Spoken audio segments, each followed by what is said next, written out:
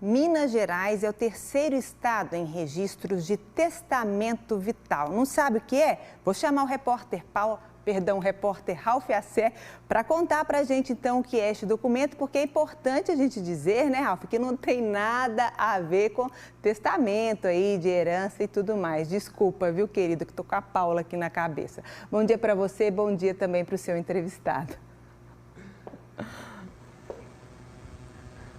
Pois é, Juliana, é bem diferente. Minas só perde para São Paulo e para o Rio Grande do Sul. A gente vai entender como é que funciona esse testamento vital com o doutor Daniel, que é advogado.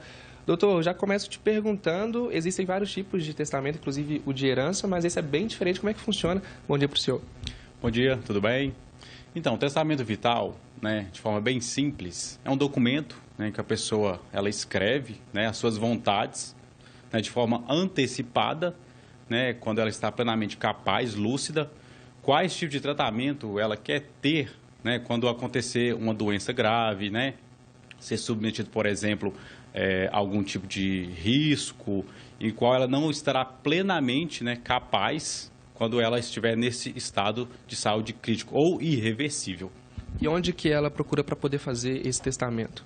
Então, basicamente, ela tem que procurar um médico da sua confiança, necessariamente não precisa de um advogado, mas, claro, é bom que ela procure um advogado da sua confiança capacitado em direito da saúde, que instrua ela, porque tem certos detalhes, certas dúvidas em relação ao que eu posso ou não colocar nesse documento, para que instrua ela de uma forma bem clara e transparente, e ela procure, após isso, um cartório, para que o documento tenha uma validade mais eficaz posteriormente.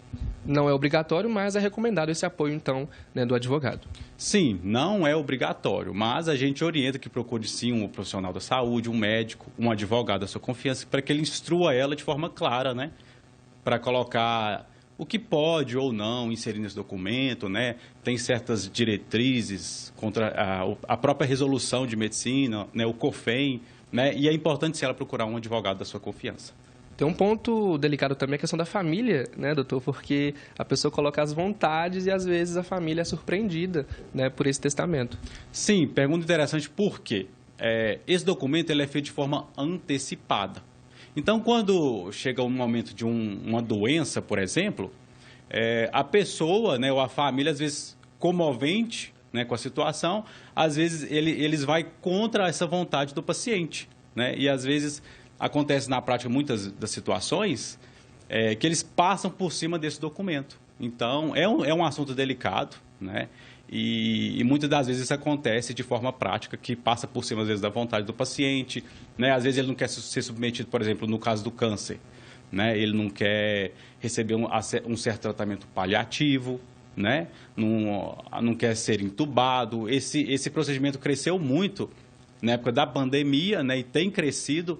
Então, assim, traz muitas divergências, às vezes a família não quer e quer ter consigo o bem maior, não quer deixar, Então, assim, é delicado, mas, concluindo, é importante que respeite, sim, a vontade do paciente, quais tratamentos ele quer ou não receber, para que isso, não gere um transtorno maior, no momento delicado.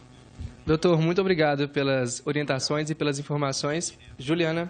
Um assunto delicado, mas a gente tem de dizer, Obrigada.